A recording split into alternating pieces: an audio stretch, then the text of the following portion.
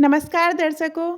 बहुत से लोग ये प्रश्न पूछते हैं कि भगवान राम बाली के सामने आकर क्यों नहीं लड़े। श्री राम ने हमेशा धर्म के अनुसार युद्ध लड़ा, बस शत्रुओं का संहार किया, लेकिन किष्किंधा के राजा बाली को उन्होंने छुपकर मारा। स्वयं बाली ने मरने से पहले भगवान राम के धर्म पर प्रश्न चिन्ह लगाया। वह उनसे कठोर प्रश्न किए कि आखिर उन्होंने उनके सामने युद्ध आकर क्यों नहीं किया। बाली के सभी प्रश्नों का उत्तर भगवान श्री राम ने उसी समय दिया। व उसकी सभी शंकाओं का समाधान भी किया। भगवान श्री राम के द्वारा समझाने पर बाली को भी अपने द्वारा किए गए अधर्म का ज्ञान हुआ व उसने भगवान से क्षमा याचना की। साथ ही मरने से पहले बाली ने अपने पुत्र अंगद को भगवान श्री राम जी की सेवा में सौंप दिया व प्राण त्याग दिए।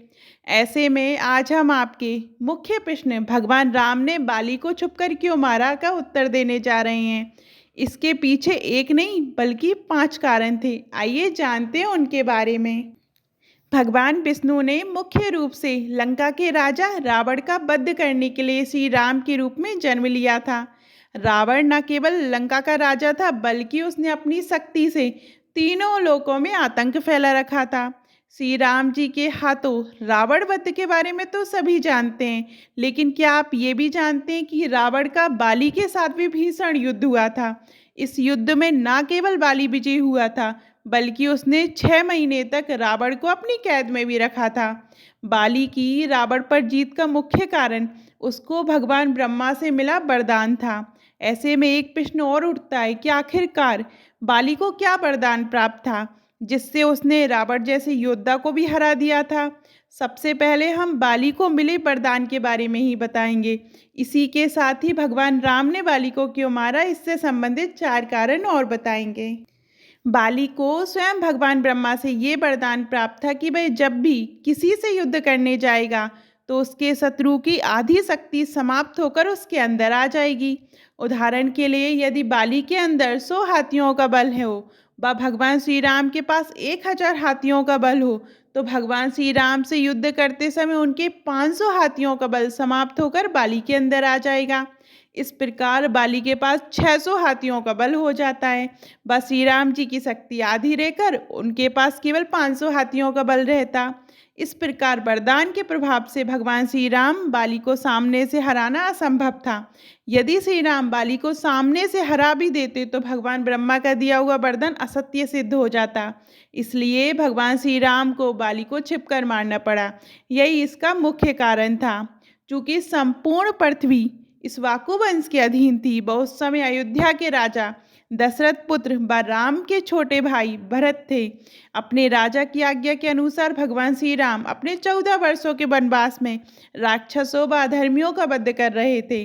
राजा के द्वारा दुष्ट लोगों को दंड देना धर्मपूर्वक कार्य होता है। बाली ने अपने जीवन में कुछ ऐसे कर्म किए थे जिसके कारण उसको दंड दिया जाना उचित था, इसलिए भगवान श्री राम ने उसका वध किया था। तीसरा, श्री राम व सुग्रीव की मित्रता। जब भगवान श्री राम सीता जी की खोज में सुग्रीव के पास पहुंचे तो उनसे उनकी मित्रता हो गई। दोनों ने मित्रता पूर्वक एक दूसरे की सहायता करने का वचन दिया। चूंकि सूर्यवंशी राजा एक बार वचन देने के बाद उससे पीछे नहीं हटते थे, अन्यथा ये धर्म के विरुद्ध कार्य होता। अपने पिता दशरथ के इसी वचन का पालन करने के लिए प्रभु श्री राम ने 14 वर्ष का वनवास लिया था।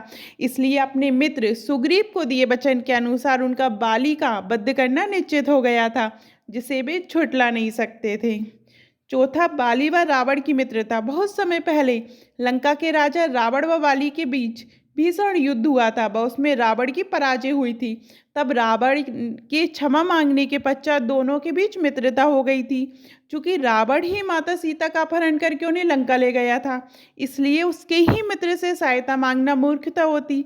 इसलिए बाली को मारकर किष्किंधा के राजा से राज सिंहासन पर अपने मित्र सुग्रीव को बिठाना आवश्यक हो गया था। पांचवा, बाली द्वारा रूमा का हरण। जैसे छोटे भाई के लिए बड़ा भाई पिता समान होता है, उसी प्रकार बड़े भाई के लिए छोटा भाई अपने पुत्र समान होता है।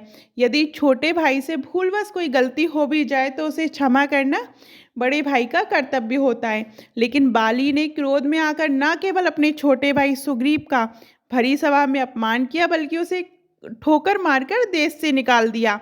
इतना ही नहीं, बाली ने उसकी पत्नी व अपनी पुत्रवधू समान रूमा को अपनी पत्नी बनाकर राजमहल में ही रखा। अपने भाई के जीवित होते हुए व रूमा की इच्छा के विरुद्ध उसने उसे अपनी पत्नी बनाया। धर्म के अनुसार बिल्कुल अनुचित कार्य था। भगवान राम ने मुख्यतः उसे इसी अधर्म का दंड दिया। भगवान राम ने बाली को छुपकर क्यों मारा? इस प्रश्न का उत्तर बाली को मिला वरदान ही था, क्योंकि किसी भी परिस्थिति में बाली को सामने से हराना असंभव था। यदि भगवान श्री राम के द्वारा ऐसा किया जाता तो वे भगवान ब्रह्मा के वरदान को गलत सिद्ध कर देते। यही कारण था कि भगवान विष्णु ने जैसे हिरण्यकश्यप के वरदान की काट निकाली थी, ठीक उसी तरह बाली को मिले वरदान की भी काट निकाल ली थी। इसी तरह से बाली का वध करने के लिए उस पर छुपकर वार किया जाना आवश्यक था। इसका सबसे प्रमुख कारण बाली के द्वारा अपने भाई की पत्नी रूमा का अपहरण करना था। अन्य सभी कारणों को दरकिनार किया जा सकता है, लेकिन जिस प्रकार बाली ने रूमा की इच्छा के विरुद्ध अपने भाई के जीवित रहते उसकी पत्नी का अपहरण किया, वह पूर्ण रूप से अनैतिक व धर्म विरुद्ध कार्य था। यही बाली की मृत्यु का मुख्य कारण था। आपको बाली की ये और श्री राम जी की ये कथा कैसी लगी कमेंट में ज़रूर बताइएगा। और अभी तक आपने हमारे चैनल धार्मिक चमत्कार को सब्सक्राइब नहीं किया है, सब्सक्राइब करिएगा। जय श्री राम।